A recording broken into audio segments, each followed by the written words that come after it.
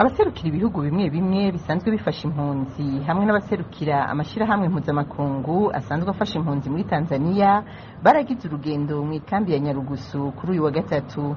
Amasoko yacu muri iyo kambi avuga ko izo ntumwa zabajije impunzi ingorane zitandukanye zifise. Muri ivyo bibazo harimo ibijanye n'indero. Ayo masoko amenyesha ko izo ntumwa zashatse kumenya impamvu hari igitigiri kinini c'abana b'abanyeshuri babigeme baheba ishure. Uyu aserukira impunzi avuga ko ibibazo vy'inzara n'amikoro make ariyo ntandaro yavyo.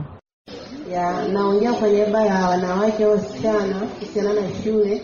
Wasichana wengi wanaacha shule. Hari ibintu byinshi bituma abigeme baheba amashure. Muri ivyo harimo kubura ibikoresho hamwe n'ubukene. Kwanza ni kwa ajili ya kama mama alivyosema, kwa ajili ya vifaa, maisha duni.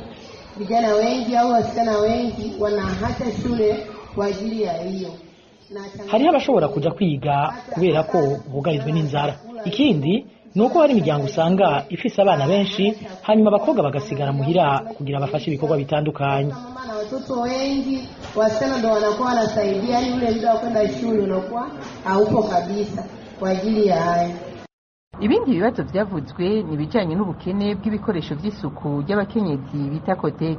Uwaserukiye abakenyezi muri iyo kambi avuga ko batakironswa ibikoresho vy'isuku ribagenewe canke bakabironswa haciye igihe kinini. Wakina mama walituma na matatizo yao. Sisi wakina mama vitu vyetu atubifati. Abakenyezi bantumye ngo ndabavugira ingorane ziba hanze. Bantumye bati ndugure twamugina. Ivyo dukoresha turi mu butinyanka ntitubironka. Hari nibiza bicerewe. Abadufasha batubwira ko amafaranga yabigenewe atayahari. Hari n'abakenyezi bakumigwa kubera igihe c'ubutinyanka kitaba citaweho neza. Turabasabye mwege musanzwe mudufasha muze muraduha ivyo bikoresho ku gihe. N'isabuni zo koga ziza zicerewe, eka n'ibindi bikoresho vyo kumesuriramwo muze murabituronsa ndugaye twamugina. Wakina mama tukuongea zinachelewa, sio tu sabuni, hata vitu vya kufulia.